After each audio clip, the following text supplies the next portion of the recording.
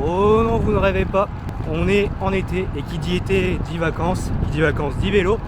Qui dit vélo dit vidéo, qui dit vidéo dit des heures de dérush et de montage en rentrant. Aujourd'hui, on est en Occitanie, de terre-terre. Je suis dans le département du Tarn-et-Garonne et je suis là pour 3 jours.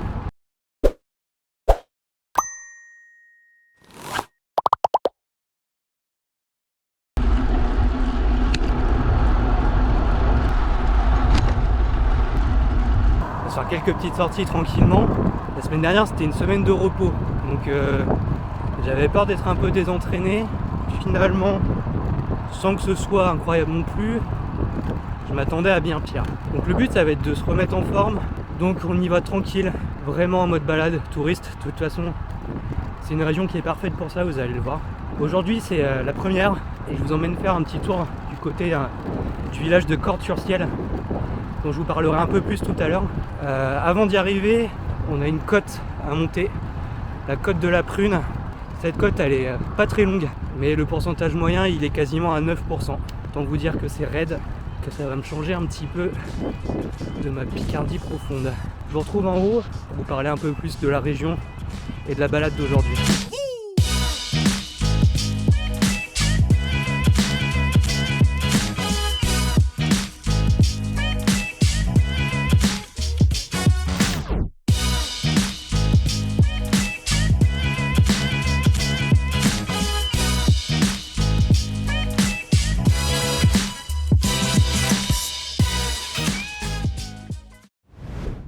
C'est parti pour la côte de la Prune.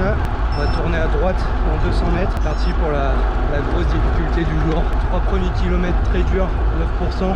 Et après ça s'adoucit pour un total de moins de 6 km à 6% de moyenne. Voilà, c'est parti. On est dans le raid direct. On va passer sur le plus petit pignon. Le but, c'est clairement pas de se mettre dans le rouge. Ah putain, je me souvenais plus qu'elle était aussi difficile. C'est un enfer. Avec les 3 premiers kilomètres, c'est simple. Ça descend pas en dessous de 10%. Il n'y a rien. Il n'y a pas un replat, il n'y a que dalle. C'est 10, 11, 12% par endroit pendant 3 bornes. Il n'y a aucun moyen de souffler. C'est terrible. Voilà, on est en bas, on a retrouvé la vallée avec du plat. Et là, on a rejoint une route un peu plus fréquentée. C'est une départementale très empruntée puisqu'on va pas tarder à arriver à Cordes-sur-Ciel. D'ailleurs, là, on arrive à Vindrac, qui est juste avant le village de Cordes. On a fait un bon tiers du parcours déjà et la plus grosse difficulté, donc la côte de la Prune, prévoyez un braquet adapté. C'est vraiment extrêmement difficile, les 3 premiers kilomètres très durs. Et voilà, on est à l'entrée de Cordes-sur-Ciel. Je vous parle maintenant pour avoir le temps de vous faire des images après. C'est une bastide qui a été construite dans les années 1200 par le comte Raymond VII de Toulouse. À l'époque, Toulouse était un comté indépendant du royaume de France. 1200, ça correspond à peu près à la fin de la croisade contre les Albigeois. On y reviendra un peu plus en détail dans la sortie de demain. Après cet épisode assez désastreux pour le comté de Toulouse et la région, le comte Raymond VII a entrepris une démarche de repopulation de certaines zones, certaines villes, de reconstruction.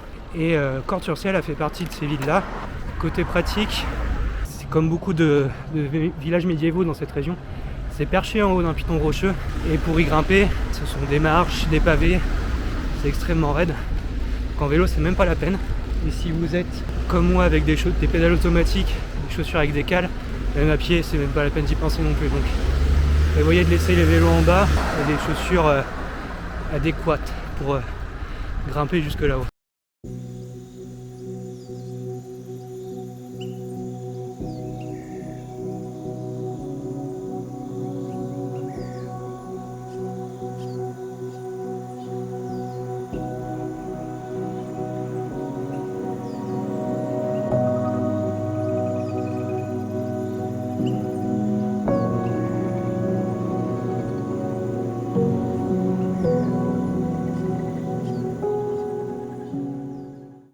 Fait une bonne moitié du parcours, quasiment 2 tiers. Je vais pas tarder à faire une petite pause ravito quand même. Il me reste 2 difficultés, bien moins difficiles que la côte de la Prune quand même. Moi je continue et je vous reprends un petit peu plus loin quand j'arriverai vers les dernières difficultés du jour. C'est parti, deuxième difficulté de la journée, 2,3 km. 7%. On est tranquille, en plus c'est à l'ombre. Vraiment agréable. Ouais, sympa, là on est vraiment dans la campagne profonde. Il n'y a pas une voiture, c'est sinueux, c'est vallonné. C'est vraiment nickel. Voilà, fini les difficultés pour la journée. Et la descente. Et je crois qu'on passe encore par un petit village sympa avant de rentrer. On reprendra à ce moment-là.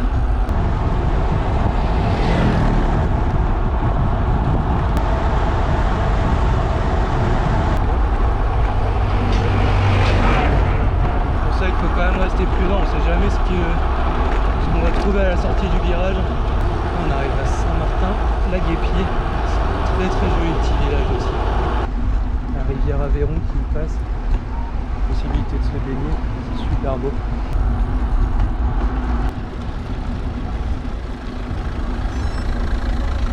Ouais, ben voilà, on va arriver à la fin de la sortie. Il me restait quelque chose comme 6 km là pour rentrer. Que du plat, il n'y a plus rien à voir. Donc c'est un circuit qui fait une 60aine de kilomètres. L'intérêt principal de ce circuit, c'est quand même de s'arrêter à Cordes sur Ciel. Je vous ai présenté tout à l'heure. En termes de sport, je vais en reparler encore une fois, elle m'a traumatisé, hein, mais cette côte de la Prune, très difficile. Les deux autres côtes qui suivent, elles sont plus tranquilles, moins longues, moins pentues. Mais là, ce qui a rendu la partie difficile, c'est le soleil vraiment. On s'est retrouvé rapidement à 30 degrés. Et 30 degrés en pleine montée, quand il n'y a pas de vent, ça fait mal. Moi, je vais finir tranquillement de rentrer et on y retourne demain pour The balade à faire dans la région. Alors pour vous, je sais pas si ce sera dans la même vidéo ou pas, mais je vous emmène voir des coins vraiment sympas et je vous parlerai un petit peu plus aussi de cette région d'Occitanie et de son histoire parce qu'il y a beaucoup à dire. Vous pouvez retrouver la trace Strava dans la description comme d'habitude. C'est un circuit, moi je pars d'un petit village qui s'appelle Varin. C'est un circuit, hein, vous pouvez le prendre d'où vous voulez. Moi je vous dis à demain, je vais rentrer tranquillement. On se retrouve pour la suite de ce périple en Occitanie.